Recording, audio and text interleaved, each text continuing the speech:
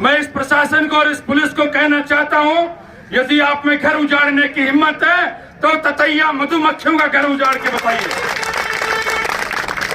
वो भी जवाब देने की एक छोटा सा प्राणी होने के बाद हिम्मत रखती है, तो एक 6 फुट का 5 फुट का आदमी क्या अपना आक्रोश व्यक्त नहीं करेगा? क्या अपना विरोध प्रकट नहीं करेगा? और जब वो विरोध प्रकट करने के लिए आता है, आक्रोश प्रकट करने के लिए आता है, तो इनसे पहले से कहां से सूचना मिलती है? तत्काल यहां टपक जाते हैं। सरकारें बदलती रहेंगी, विधायक बदलते रहेंगे, लेकिन आपको तो 60 साल तक राज की सेवा करनी है। किसी भी राजनीतिक दल की सरकार आ जाए, आपको जनता के साथ जो व्यवहार आप कर रहे हैं वो नहीं करना चाहिए। मैं बहुत पीड़ा के साथ कह रहा हूं, आज पुलिस और प्रशासन की संवेदना मर चुकी है। पिछले दिनों में हमने सबने वो वीडियो देखा जब किस प्रकार से एक माताजी के साथ एक महिला अधिकारी ने दुर्व्यवहार किया, उनके बाल पकड़ करके खींचे गए। इस प्रकार का दुष्कृत्य एक प्रजातांत्रिक देश में, झुंझुनू जैसे जिले में यदि हो रहा है तो ये एक बहुत बड़ी चुनौती है हम सबको और विशेष रूप से युवाओं को। आज जो लगभग 60-65 की अवस्था में हैं, वो तो 10-15 साल में अपना जीवन पूरा करके चले जाएंगे, लेकिन युवाओं के आगे तो पूरी जिंदगी पड़ी है। और ये खाली एक श्री सीमेंट नहीं आई है, ऐसी सीमेंट फैक्ट्रियां क्या पता कितनी आने वाली हैं। उन सब का सामना करने के लिए तैयार हो जाइए। और मैं मानता हूं इस श्री सीमेंट कंपनी के आंदोलन में आंदोलनकारियों ने बहुत कुछ सीखा है। उस शिक्षा से, उस संघर्ष से आप इस प्रकार का प्रबंध तैयार कीजिए कि आगे आने वाली फैक्ट्री सिर्फ किसान से बात करे, वो किसी विधायक के जाकर के और बात नहीं करे। जैसा भी राजेश जी कह रहे थे, विधायक जी ने इसमें 2-3 हजार करोड़ का गड़बड़ किया होगा। मैं चर्चा करना चाहूंगा CSR की, कॉर्पोरेट सोशल रिस्पॉन्सिबिलिटी। जब कोई भी उद्योगपति अपना उद्योग लगाता है तो केंद्र सरकार का यह नियम है कि उसका एक निश्चित अंश उसे वहां प्रभावित होने वाले क्षेत्र में खर्च करना पड़ता है। यदि हम इस बात पे विचार करें तो आज के दिन इस सीमेंट फैक्ट्री से, जो अभी तो चालू ही नहीं हुई है, प्रोडक्शन शुरू नहीं हुआ है, सबसे अधिक प्रभावित है तो गोठड़ा गांव है। जब गोठड़ा गांव प्रभावित हो, CSR का बजट परशुरामपुरा क्यों जा रहा है, ये विचार का प्रश्न है। अभी कल से एक चर्चा सामने आ रही है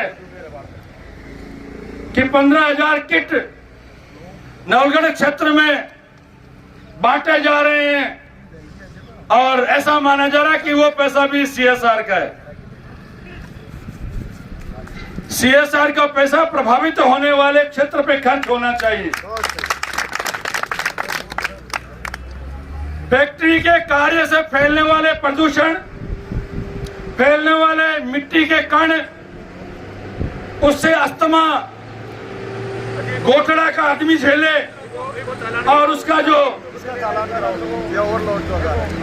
जो लाभ वो दूसरे क्षेत्र में भेजा जाए, ये कभी बर्दाश्त करने योग्य नहीं है। कि इस तरह को नमन करता हूं उस मातृशक्ति को जिन्होंने हमें जन्म दिया और इस लायक बनाया कि आज हम किसानों और युवाओं की आवाज को उठा रहे हैं। मैं नमन करता हूं उन किसानों को जिनकी बदौलत आज पूरा देश अपनी भूख मिटाने का काम करता है। मैं नमन करता हूं उन युवाओं को जिनके कारण यह देश चलने का काम कर रहा है। लेकिन दुर्भाग्य की बात है, जय जवान जय किसान, इस नारे को लगाने वाले व्यक्ति को आज धूमिल कर दिया गया है। आज की मौजूदा प्रशासन ने इस नारे को इतना धूमिल कर दिया है कि जिस दौरान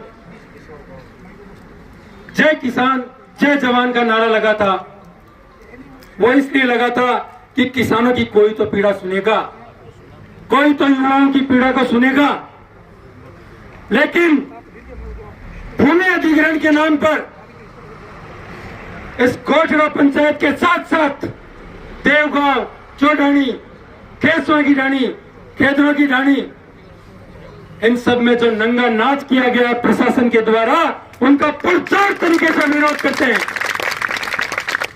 मैं विरोध करना चाहूंगा इन पूंजीपतियों का, जिन्होंने सरकार से खनन का पट्टा लेकर इन किसानों के घर को रौंदने का काम किया। इन माताओं को इनकी जो इज्जत है उनके साथ में बाल पकड़कर जिस प्रकार खींचा गया, इनकी इज्जत को इस सारे समाज के सामने रौंदने का काम किया गया। और यहाँ का प्रशासन, पुलिस प्रशासन, जो आज सुबह यहाँ हम धरना कर रहे थे तो हमें डराने का काम कर रहे थे कि हम मुकदमा लगा देंगे।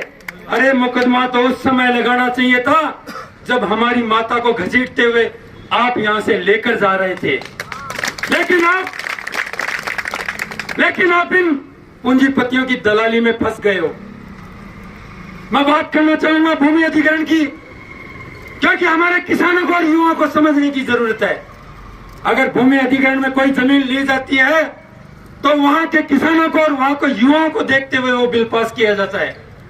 और मैं याद दिलाना चाहूंगा तत्कालीन 2013 का भूमि अधिग्रहण नियम, कि जब भी किसी को किसान को उसकी जमीन से बेदखल किया जाएगा तो उसको टेबल पे बिठा के संतुष्ट किया जाएगा और उसको उचित मुआवजा दिया जाएगा। और सबसे बड़ी दुर्भाग्य की बात तो ये होती है, मैं उस कलेक्टर साहब पर भी आरोप लगाना चाहूंगा, क्योंकि भूमि अधिग्रहण के अध्यक्ष कौन होते हैं? कलेक्टर महोदय होते हैं। लेकिन उन्होंने इन कंपनियों की दलालियां कर ली और वो चुपचाप बैठ गए और अपने छोटे मोटे अधिकारियों को, एसडीएम को, एडीएम को भेज देते हैं और इन किसानों के घरों पर बुलडोजर चलाने का काम करते हैं। मैं याद दिलाना चाहूंगा यहाँ तमाम किसानों को कि भूमि अधिग्रहण में जब आपकी जमीन ली जाएगी तो ये सरकार ने नियम बनाया है कि जो आपकी जमीन की आज मौजूदा वैल्यू है, ग्रामीण क्षेत्र में अगर भूमि अधिग्रहण किया जाता है तो जो सरकारी वैल्यू है उसका 4 गुना मुआवजा कौन देगी?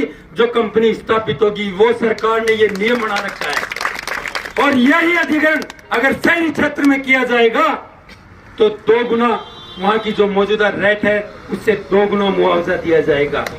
क्या कभी किसी नेता ने आकर ये बात की आपके साथ में कि किसानों को 4 गुना मुआवजा मिलना चाहिए? क्या किसी कलेक्टर ने बात की कि आपको 4 गुना मुआवजा हम दिलाएंगे? अरे कलेक्टर भाग्यो दुनिया ने क्या किसी एसडीएम ने बात की कि कलेक्टर आपको 4 गुना मुआवजा हम दिलाएंगे? अरे हमारे ऊपर इन पुलिस का बाहुबल दिखाने वाले नेताओं, मैं खुला चैलेंज करना चाहूंगा, कितने मुकदमे लगाने हैं और कितनी लाठियां बरसानी है।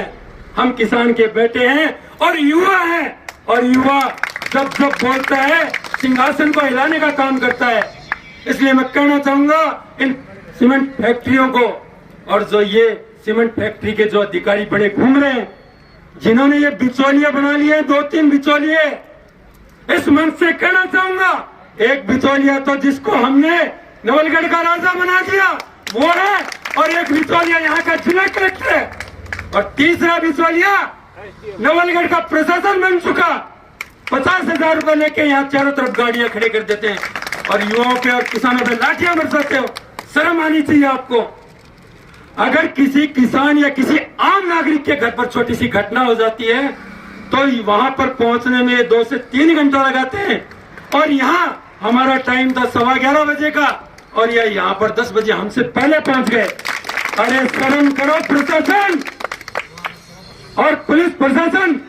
मैं आपको चेताना चाहूंगा, हमने आपको जवान की श्रेणी में माना है और हम आपकी इज्जत करते हैं, लेकिन जब बात आएगी किसान और युवा की तो आपसे लाठियां खाने के लिए तैयार नहीं है, लाठियां मारने के लिए तैयार है।